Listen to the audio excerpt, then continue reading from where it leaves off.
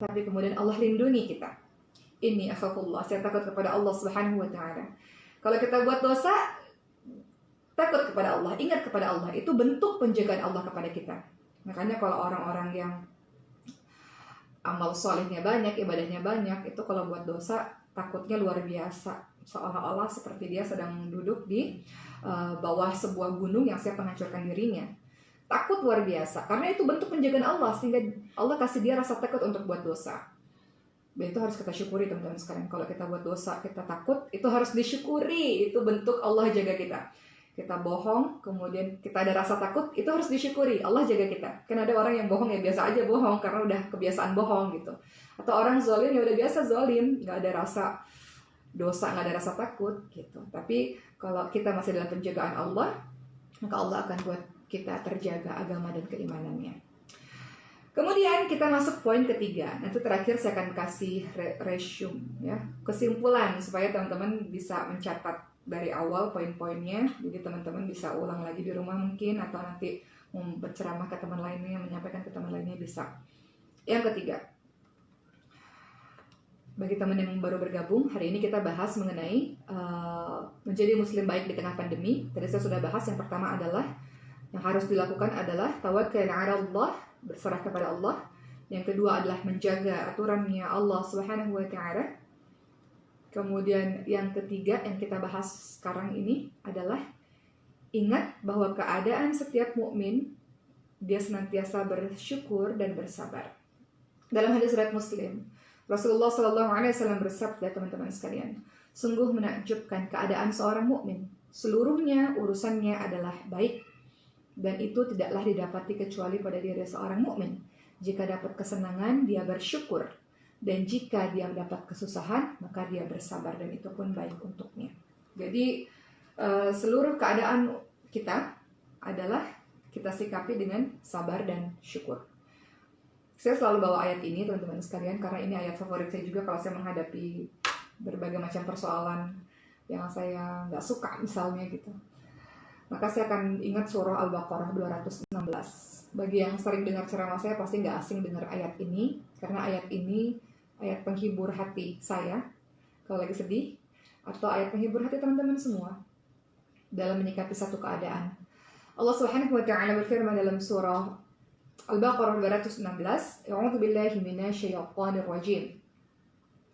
Wa 'asa an takrahu syai'an wa huwa khairul lakum wa 'asa an tuhibbu syai'an wa huwa syarrul lakum wallahu ya'lamu wa antum la ta'lamun." Boleh jadi apa yang kamu suka itu tidak baik untukmu, dan boleh jadi apa yang kamu tidak suka, nggak suka nih corona nih ada, nggak suka nih COVID-19 ini terjadi, nggak bisa kerja, nggak bisa kemana-mana, kata Allah, itulah yang paling baik untukmu. Allah lebih mengetahui, sementara manusia tidak mengetahui. Jadi ingat bahwa sikap seorang muslim, sikap seorang mukmin yang terbaik di tengah COVID-19 ini, yang ketiga adalah dia akan senantiasa sabar, syukur dalam kehidupannya. Sabar akan adanya kejadian ini dan bersyukur akan banyaknya hikmah ketika adanya COVID-19 ini. Saya lihat beberapa postingan teman-teman saya di Instagram, ya Allah nggak pernah terjadi ini seumur hidup 2 bulan bisa di rumah terus sama anak-anak, bapaknya juga ada di rumah terus sama anak-anak, jadi semakin dekat sama keluarga, kayak gitulah. Jadi banyak hikmah yang didapatkan dengan adanya kejadian ini yang mungkin kita nggak dapetin kalau kita tidak mengalaminya. Oke, kita masuk yang keempat teman-teman sekalian. Untuk menjadi muslim yang baik di tengah pandemi COVID-19 ini, maka tadi saya katakan muslim yang baik itu ya ibadah hablum minallah harus, tapi kita nggak cuma doa saja, ya Allah jauhkanlah saya dari wabah penyakit ini, ya Allah hindarilah kami dari penyakit-penyakit yang mengerikan ini, ya Allah. Tapi yang harus dilakukan yang keempat adalah ikhtiar. Jangan sampai ada orang mengatakan, ya udahlah, udah santai aja, nggak usah pakai masker, nggak usah pakai hand sanitizer, nggak usah jaga kesehatan. Kalau mati ya mati juga gitu. Nah itu bagian dari tidak melakukan ikhtiar. Memang kematian itu sudah ditakdirkan oleh Allah, tapi tugas manusia adalah berikhtiar. Contoh ya, beberapa hadis yang disebutkan oleh Rasulullah SAW, bagaimana Rasulullah mengajarkan kita untuk ikhtiar. Walaupun takdir mati hidup memang sudah Allah takdirkan, tapi ada yang diajarkan dalam agama ini ikhtiar. Contoh, Rasulullah SAW mengingatkan kepada kita setiap hari makan kurma ajwa 7 butir kalau mau terhindar dari sihir. Itu disebutkan dalam hadis riwayat muttafaqun alaih.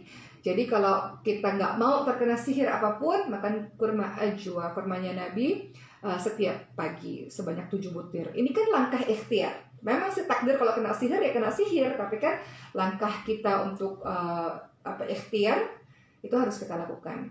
Atau pernah ada di zamannya Umar bin Khattab radhiyallahu anhu, ada seorang anak muda yang sholat di masjid dan doa, ya Allah berikan aku rezeki, ya Allah berikan aku kekayaan, ya Allah. Kata Umar bin Khattab, keluar bekerja. Allah tidak menurunkan emas dari langit. Ya, doa memang harus menunjukkan kerendahan kita di hadapan Allah. Ya Allah, tolong jaga kami, ya Allah jaga kesehatan. Tapi ikhtiar sebagai manusia harus dilakukan. Umar bin Khattab mengatakan uang atau emas nggak turun dari langit, harus ikhtiar, ya, harus melakukan satu usaha. Seperti dalam hadis lain, dalam hadis riwayat muttafaqun alaih, Rasulullah SAW juga ingatkan pada kita teman-teman sekalian, apabila kalian mendengar ada wabah ta'un, ya, wabah ta'un, ada suatu wabah menular lah, penyakit menular, atau di zaman sekarang COVID-19 lah.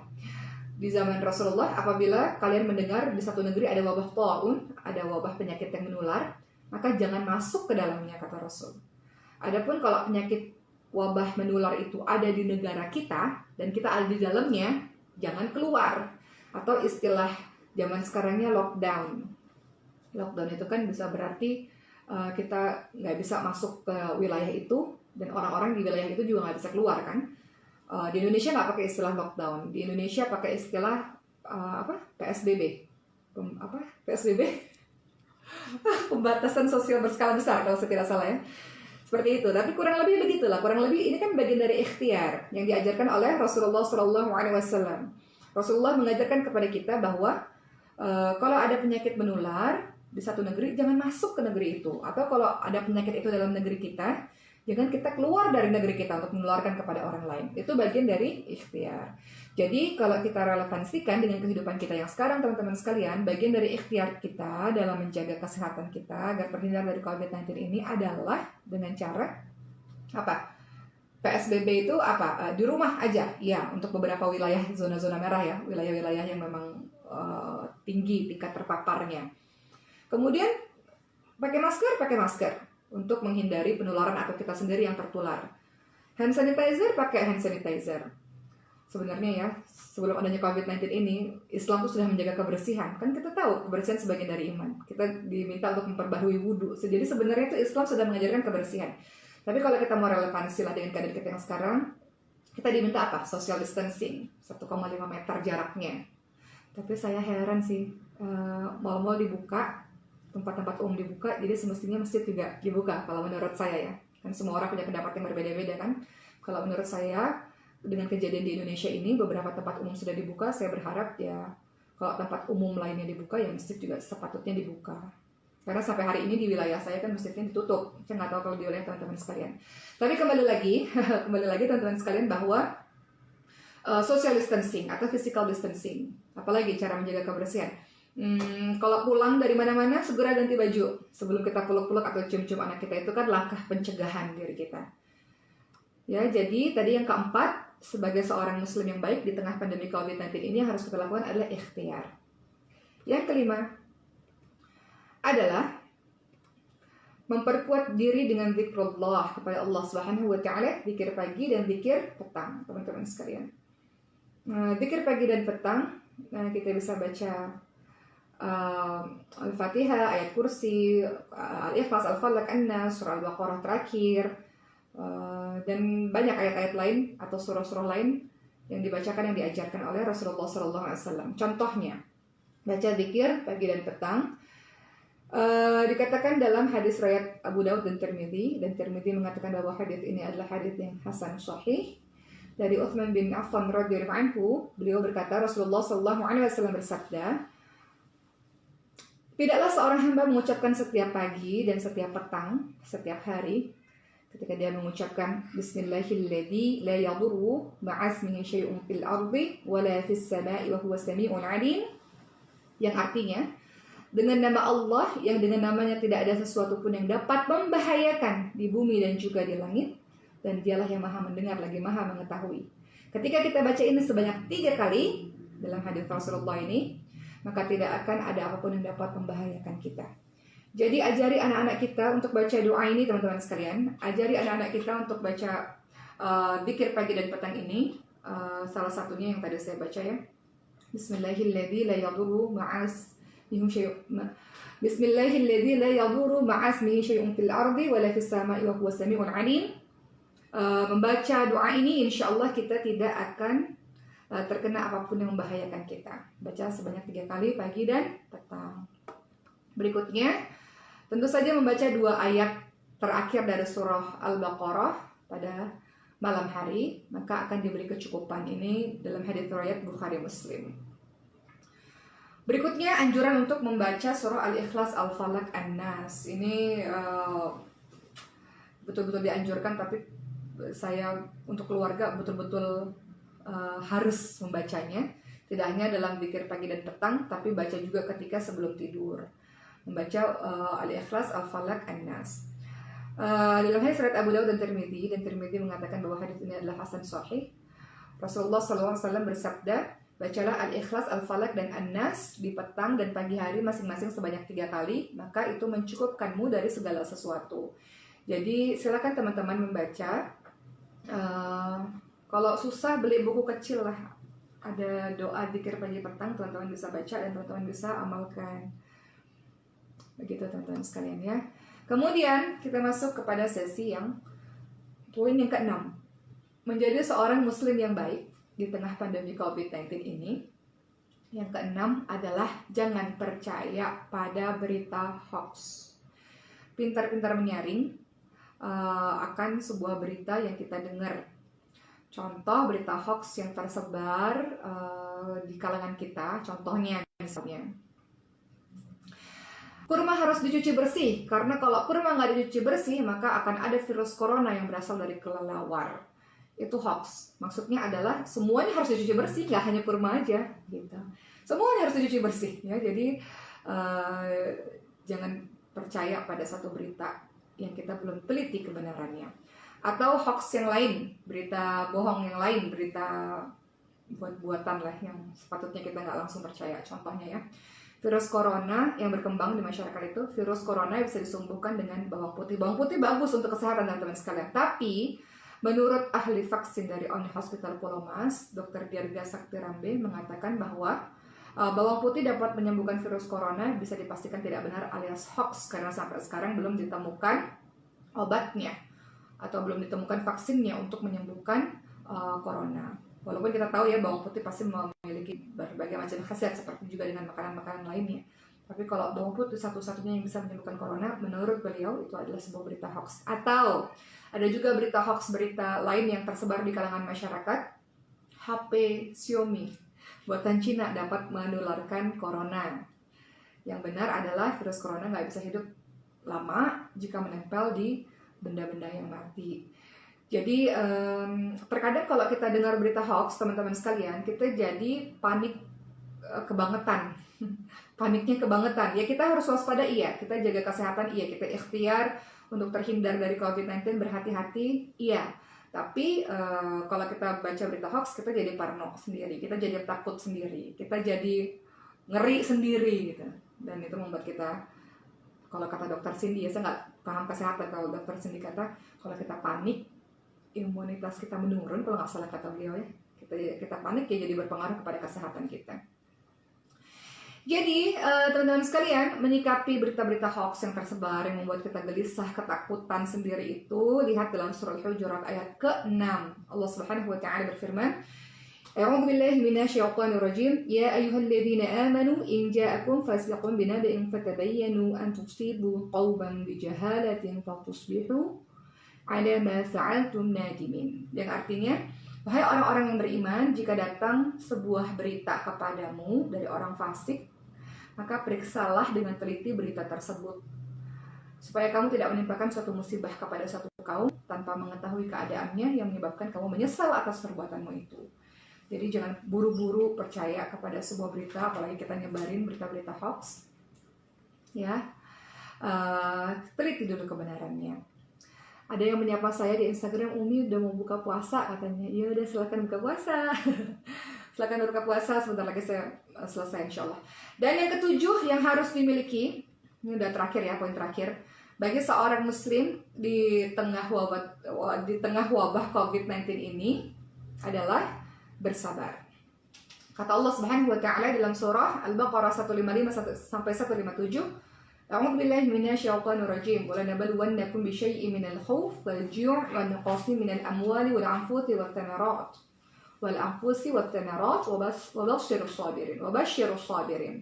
Alladzina idza asabatuhum musibatun qalu inna lillahi wa inna ilaihi raji'un. Allah Subhanahu wa taala berfirman bahwa Allah akan memberikan cobaan kepada kita semua dengan ketakutan, kelaparan, kekurangan harta, jiwa, dan buah-buahan, dan beritakan kabar gembira untuk orang-orang yang sabar, yakni ketika ditimpa musibah dia mengatakan inna lillahi wa inna ilaihi raji'un, atau segala sesuatu milik Allah dan kembali kepada Allah Subhanahu wa taala. Orang-orang yang seperti inilah yang akan mendapatkan keberkahan yang sempurna dan rahmat dari Tuhan mereka, dan mereka inilah orang yang mendapat petunjuk. Jadi apapun yang terjadi, iya, mungkin sebagian kita diuji oleh Allah dengan kesehatan, sabar. Allah uji dengan rezeki. Ya, saya tahu teman-teman sekalian, saya pun mengalaminya. Keluarga saya pun mengalaminya. Saya yakin semua keluarga mengalaminya. Dan saya banyak dapat cerita dari teman-teman. Mereka mengatakan banyak banget orang-orang yang datang kepada saya, kata teman saya, meminjam uang karena kondisi ekonomi yang nggak stabil. Kementerian Tenaga Kerja mengatakan ada 1,5 juta orang di Indonesia yang kehilangan pekerjaannya. Jadi 10% PHK, sisanya dirumahkan. Jadi kesulitan ekonomi dirasakan oleh banyak orang, mulai dari orang kecil sampai mereka yang punya, banyak kan pabrik-pabrik tutup teman-teman sekalian, restoran-restoran tutup, usaha-usaha tutup gitu. Jadi ini ujian berat juga ya, ujian finansial berat juga kepada kita. Selama ini sebagian orang akhirnya mengandalkan kehidupan dari tabungan, dan tabungan kan semakin hari semakin menipis. Seperti itu. Jadi langkah yang harus kita lakukan di tengah wabah COVID-19 adalah sabar. Mengeluh tidak menyelesaikan permasalahan. Marah-marah apalagi kepada Allah Subhanahu wa taala. Apa dosa saya ya Allah? Nggak mungkin, nggak punya adab kita kalau kita katakan, apa dosa saya, apa salah saya ya Allah? Kenapa Engkau pilih saya ya Allah untuk merasakan COVID-19 ini ya Allah misalnya. Jadi kita nggak bisa melakukan apapun, kita nggak bisa rubah keadaan. Yang kita bisa rubah adalah respon kita. Bagaimana kita bisa merespon keadaan ini sehingga hasilnya jadi baik. Tapi kalau responnya marah-marah juga, ya akhirnya jadi stres sendiri. Kalau stres nggak bisa berpikir apa yang harus kita lakukan. Tapi kalau kita sabar, dalam keadaan sabar, kita tenang, berpikir jernih, jadi bisa berpikir, bisnisnya nggak bener nih, nggak laku-laku nih jualannya, akhirnya pindah banting setir ke bisnis yang lain di tengah wabah COVID-19 ini misalnya. Contoh teman saya akhirnya buat masker, jualan masker ya, atau jualan hand sanitizer misalnya, atau sekarang jualan makanan laku banget nih. Jualan makanan laku banget, jadi banting setir dengan berubah jualannya misalnya. Itu semua bisa didapatkan kalau kita sabar. Kalau kita sabar, kemudian kita hatinya tenang, dalam keadaan tenang, kita bisa berpikir jernih untuk menyelesaikan permasalahan ini. Begitu teman-teman sekalian, penutup dari saya pada hari ini sebelum saya mengambil 2 pertanyaan dari teman-teman. Musibah yang terbesar sebenarnya adalah bukan musibah dunia. Musibah yang terbesar adalah sesungguhnya ketika agama kita, musibah terhadap agama. Jadi saya mengutip diriwayatkan oleh Imam Baihaqi dari Syuraih Al-Qadhi rahimahullah, beliau berkata, sesungguhnya aku ditimpa musibah dan aku memuji kepada Allah karena 4 hal. Ini penting buat kita nih. Kalau kita ditimpa musibah, kita masih memuji Allah karena 4 hal. Yang pertama, kata beliau, aku memuji Allah atas ujian yang tidak lebih besar dari yang menimpa ini. Maksudnya, di tengah wabah penyakit ini, kita masih bisa loh memuji Allah. Alhamdulillah ala kulli hal. Segala puji bagi Allah untuk semua keadaan. Alhamdulillah adanya wabah COVID-19 ini, yang sekarang Indonesia yang terpapar sekian, kalau dibandingin sama Amerika misalnya atau negara lainnya sampai jutaan mereka terpapar COVID-19. Jadi kalau kita berkaca pada musibah yang lebih besar, maka kita akan merasa musibah ini tidak ada apa-apanya, sehingga kita masih bisa memuji Allah. Atau contoh sederhana lainnya, misalnya kita keserempet mobil, misalnya, kemudian ada luka, kita masih bisa loh puji-puji Allah dalam keadaan kita lagi kecelakaan. Alhamdulillah ala kulli hal, segala puji bagi Allah untuk semua keadaan. Untung cuma keserempet, untung nggak hancur nih badan gitu, atau untung nggak mati di tempat misalnya. Jadi kita masih memuji Allah karena kita berpikir Allah masih menghindarkan keburukan yang lebih besar daripada diri kita. Yang kedua, bagaimana kita bisa memuji Allah dalam keadaan musibah? Yang kedua adalah, kata beliau, aku memuji Allah tatkala aku diberikan kesabaran atasnya. Jadi nggak semua orang loh memiliki rasa sabar, tenang, mampu berpikir jernih dalam menghadapi sebuah kejadian. Dan orang-orang yang sabar ini orang-orang yang terpilih. Jadi kita memuji Allah karena Allah kasih kita kesabaran yang mungkin nggak dimiliki oleh orang-orang lainnya yang jauh daripada Allah Subhanahu wa Ta'ala. Yang ketiga, gimana sih cara kita memuji-muji Allah dalam keadaan musibah, dalam keadaan cobaan yang begitu dahsyat? Beliau mengatakan, aku memuji Allah karena Allah memberikan taufik kepadaku untuk mengucapkan kalimat istirja, inna lillahi wa inna ilaihi raji'un, hingga menggapai pahala. Nah, semua orang loh diberikan pemahaman di kepalanya bahwa semuanya milik Allah, suka-suka Allah. Semuanya Allah yang ciptain, suka-suka Allah mau buat apa? Suka-suka Allah, Allah mau pinjamin ke kita, kemudian Allah ambil, suka-suka Allah. Perasaan ridha itu yang nggak dimiliki oleh setiap orang. Jadi bersyukur pada Allah kalau kita pribadi yang inna lillahi wa inna ilaihi raji'un. Ketika ada musibah, ada apa-apa yang terjadi pada diri kita, saya tahu ya Allah semuanya dari Engkau ya Allah dan akan kembali kepada Engkau. Suka-suka Engkau ya Allah. Kan kita numpang di bumi Allah teman-teman sekalian. Kayak teman-teman numpang di rumah orang.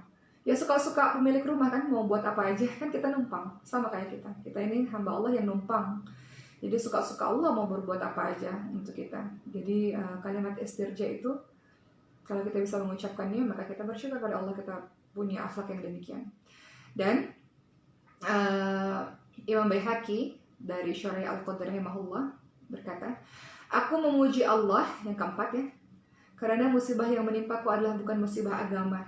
Teman-teman tahu nggak kalau musibah dunia itu sebenarnya ketika Allah kasih kita musibah dunia, dalam hadits Rasulullah, Allah akan senantiasa menguji hambanya sampai dia berjalan di muka bumi ini tanpa dosa sedikit pun. Atau Allah memuji, dalam hadits lain disebutkan Allah memberikan ujian kepada hambanya karena Allah cinta kepada hambanya. Atau ujian yang Allah berikan kepada hambanya adalah bagaikan menggugurkan dosa hamba-hambanya. Lebih kurang seperti itu. Hadits yang disebutkan oleh Rasulullah, Rasulullah SAW bersabda kepada para sahabat-sahabatnya. Jadi musibah dunia seperti corona ini misalnya, kalau kita menghadapi dengan sabar, ini ngomong sabar gampang ya teman-teman sekalian, pelaksanaannya sih susah sebenarnya ya, kalau kita nggak ngalamin itu susah. Tapi kita belajar dari kalimat-kalimatnya Rasulullah, musibah dunia sebenarnya adalah untuk kita diampuni dosa-dosa, diangkat derajatnya. Tapi kalau musibah agama lebih bahaya. Jadi kita bisa bersyukur kepada Allah atas musibah dunia ini, karena kalau menimpa agama itu lebih bahaya. Kenapa? Saya akan bacakan satu hadis Rasulullah SAW dari hadis riwayat Bukhari Muslim. Rasulullah bersabda, bukanlah kemiskinan yang aku khawatirkan kepada kalian, tetapi yang aku khawatirkan kepada kalian adalah apabila dunia berlimpah ruah, sebagaimana dijadikan berlimpah ruah pada orang-orang sebelum kalian. Maka kalian akan bersaing untuk mendapatkannya, sebagaimana mereka bersaing, sehingga dunia itu membinasakan kalian sekalian, sebagaimana membinasakan mereka. Jadi kalau orang udah terkena musibah agama, suka-suka dia hidup tanpa aturan, tanpa ada rasa takut kepada Allah Subhanahu wa Ta'ala, kejar dunia terus, tanpa berpikir bahwa dia ada saatnya kembali kepada Allah, itu musibah terbesar untuk dirinya. Jadi begitu teman-teman sekalian, saya sudah selesai dengan ceramah saya, maka saya akan melakukan kesimpulan, menyebutkan kesimpulan untuk teman-teman sekalian. Yang baru bergabung mungkin boleh didengar kembali bahwa hari ini saya membahas mengenai menjadi muslim yang baik di tengah pandemi. Caranya adalah, yang saya sebutkan ini sebenarnya adalah nasihat dari Syekh Profesor Dr. Abu Razak Al-Badr. Beliau adalah guru besar di Universitas Islam Madinah. Jadi, menjadi muslim yang baik di tengah pandemi, yang pertama adalah tawakal kepada Allah Subhanahu wa Ta'ala. Kemudian yang kedua, menjaga aturan Allah Subhanahu wa Ta'ala. Kemudian yang ketiga adalah bersabar dan bersyukur, karena itu keadaan seorang mukmin. Kemudian yang keempat, ikhtiar untuk menghindari wabah. Kelima adalah zikrullah pagi dan petang.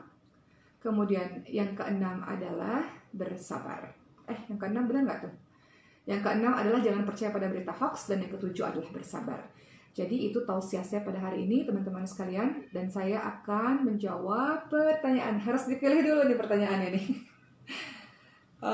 Saya jawab pertanyaannya. Oke, saya jawab pertanyaan dari Instagram Persada Indonesia. Pertanyaannya Khadijah di mana? Khadijah lagi di bawah, ntar ini kamarnya dikunci. Kalau nggak dikunci dia ganggu, teman-teman sekalian. Mana nih pertanyaannya nih? Oke, tunggu ya. Di sini saya ambil pertanyaan dari Instagram Christiana Dewi ya.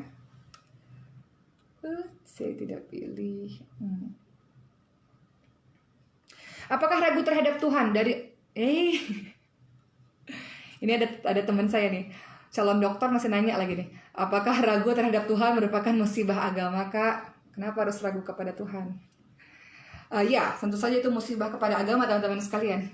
Ini pertanyaan yang berkenaan dengan tauhid ya. Di dalam Al-Quran, walaupun saya tahu nih, Dr. Akmal ini sudah tahu jawabannya, tapi beliau tanya lagi kepada saya. Jadi sahabat saya, kandidat Dr. Akmal ini teman saya kuliah, teman-teman sekalian, beliau bertanya, apakah ragu terhadap Tuhan merupakan musibah agama? Tentu saja iya. Keraguan-raguan terhadap Tuhan ini berkaitan erat dengan ketauhidan kita kepada Allah Subhanahu wa Ta'ala.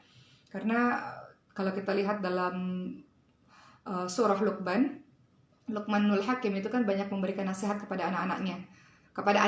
Tapi yang paling utama dari sekian banyak, dari harus bakti sama orang tua, harus sholat, harus dakwah, harus rendah hati. Yang pertama apa kata Luqmanul Hakim itu kepada anaknya? Ya bunayya la tusyrik billah, inna syirka la dzulmun adzim.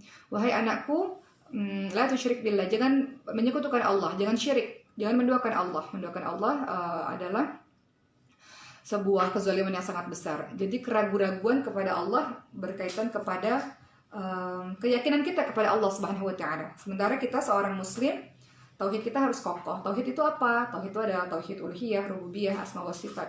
Jadi tauhid itu ada tauhid yang kalau dalam sholat ya teman-teman bilang iyyaka na'budu wa iyyaka nasta'in, ya Allah, hanya kepadamu lah kami menyembah dan hanya kepadamu lah kami memohon pertolongan.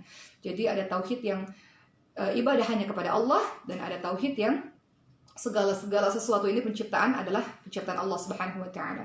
Seperti itu. Jadi kita nggak mau, dan kita berdoa agar anak keturunan kita sampai nanti akhir hidupnya senantiasa tidak ada keraguan kepada Allah Subhanahu wa Ta'ala, tauhid yang kokoh, akidah yang benar.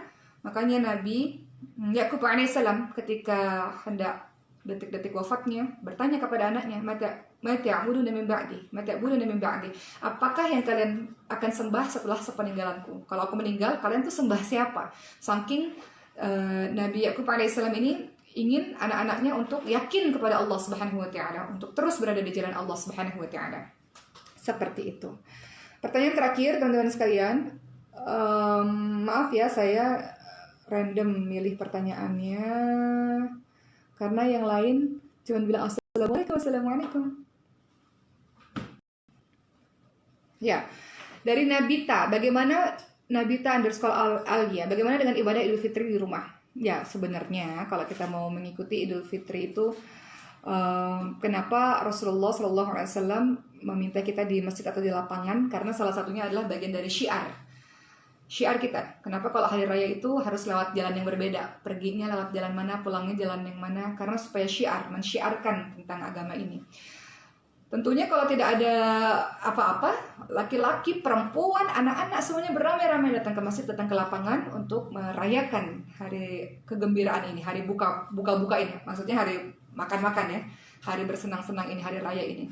Tapi di tengah COVID-19 ini, di sebagian wilayah, termasuk wilayah saya, itu nggak ada sholat Idul Adha, Idul Fitri ya. Seumur hidup saya hari raya baru kali ini akan diselenggarakan di rumah saja.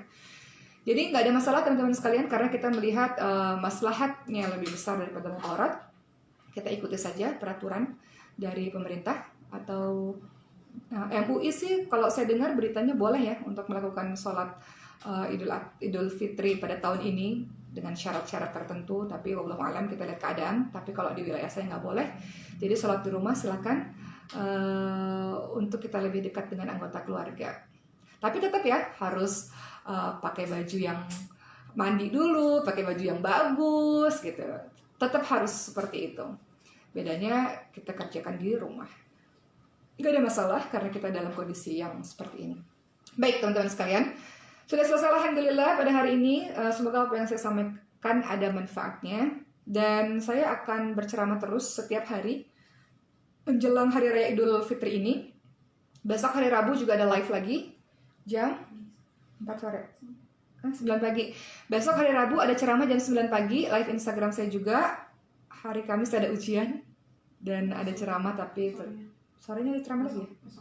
Oh ya, pokoknya tiap hari ada ceramah di Instagram live saya teman-teman sekalian. Jadi ikutin terus aja live-nya. Mudah-mudahan apa yang saya sampaikan ada manfaatnya. Dan saya mau kasih pesan untuk teman-teman. Tadi di awal saya bilang bahwa saya akan bagi-bagi hijab merajut kisah yang selama ini saya pakai. Teman-teman lihat aja di Instagram Persada Indonesia. Di situ ada keterangan kalau teman-teman mau dapetin kerudung ini, kerudung macam-macam ya motifnya, dengan percuma atau giveaway ya, hadiah. Caranya adalah dengan teman-teman tulis di caption tentang pengalaman inspiratif teman-teman sekalian selama bulan Ramadan atau di hari raya. Boleh hari raya tahun lalu, boleh. Teman-teman tulis cerita yang penuh dengan inspirasi tersebut, kemudian teman-teman tag Persada_Indonesia dan tag ketiga nama orang yang paling dekat sama teman-teman sekalian. Jangan lupa di bawahnya kasih hashtag merajut kisah dan hashtag Persada Indonesia. Nanti teman-teman yang beruntung insya Allah dapat hijab ini. Oke, makasih ya untuk hari ini. Terima kasih banyak. Mudah-mudahan ada manfaatnya. Saya mohon maaf lahir batin untuk kesalahan kata-kata saya, kesalahan dalam mengucapkan ayat-ayat Quran mungkin, kesalahan dalam membacakan hadis mungkin. Semua kesalahan dari saya, hamba Allah yang fakir ini. Doakan saya semoga terus bersemangat menimba ilmu dan baik dalam penyampaian kepada teman-teman sekalian. Selamat berbuka puasa 1 jam lagi insya Allah. Dan kita ketemu besok jam 9 pagi. Kita akan bahas sesuatu yang berbeda. Dan nanti di penghujung Ramadan saya mau bahas tentang persiapan Idul Fitri. Karena banyak yang nanya nih tentang Idul Fitri. Di Instagram live saya sudah pernah bahas tentang persiapan awal-awal Ramadan, persiapan 10 hari terakhir Ramadan. Nanti di akhir Ramadan saya sih pengen bahas mengenai selamat tinggal Ramadan dan kemudian bagaimana kita menjalani Hari Raya Idul Fitri. Terima kasih teman-teman sekalian, saya akhiri dulu kali ini. Makasih udah gabung di Persada Indonesia. Saya umrohnya sama Persada Indonesia loh, hadirnya sama Persada Indonesia insya Allah. Jadi kalau teman-teman mau bareng sama saya ke Persada Indonesia aja ya. Dan assalamualaikum. Kita akhiri dengan istighfar, astagfirullahaladzim, astagfirullahaladzim, astagfirullahaladzim, dan doa penutup majelis. Subhanakallahumma bihamdika asyhadu an la ilaha illa anta astaghfiruka wa atubu ilaik. Amin amin ya rabbal alamin.